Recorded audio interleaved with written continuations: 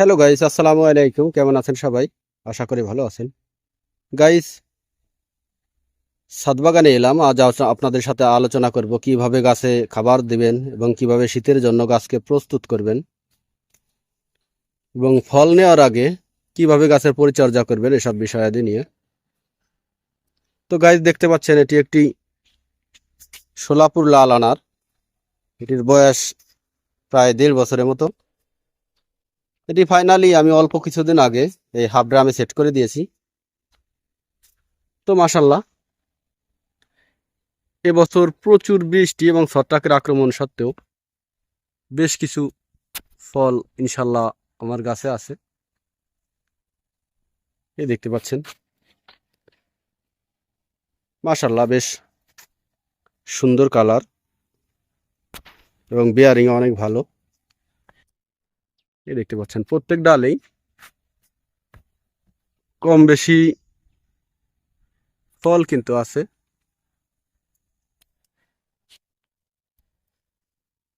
তো নতুন করে আবারও ফুল আসা শুরু করেছে।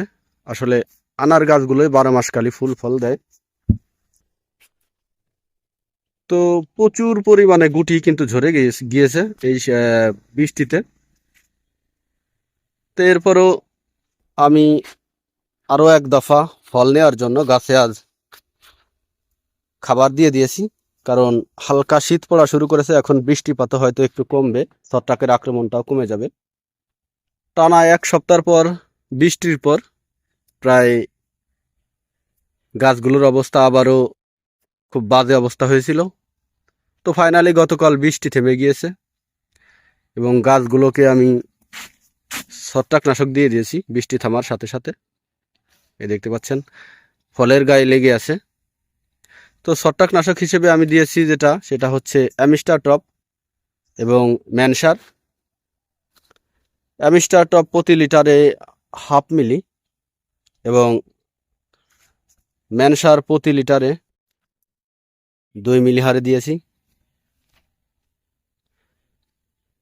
এবং ফাইনালি আজ গাছের গোড়ায় খাবার দিয়ে দিয়েছি। তো আর একটা কথা না বললেই নয়, সেটা হচ্ছে আমি যখন এই ছত্রাকনাশক দিয়েছি তার আগে কিন্তু প্রত্যেকটা ডাল কিন্তু আমি কম বেশি প্রুনিং করে দিয়েছি। দেখতে পাচ্ছেন প্রত্যেকটা ডালই 3 থেকে 4 ইঞ্চি করে কেটে দিয়েছি।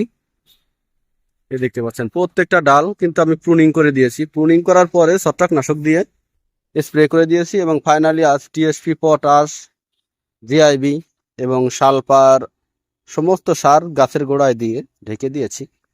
তো আপনারা এভাবে গাছের গোড়ার মাটিগুলা উঠিয়ে সার দিয়ে আবার নতুন উপর দিয়ে মাটি দিয়ে দিবেন এবং হালকা কিছু পানি দিয়ে দিবেন, যেহেতু গোড়াটা ভিজেই আছে।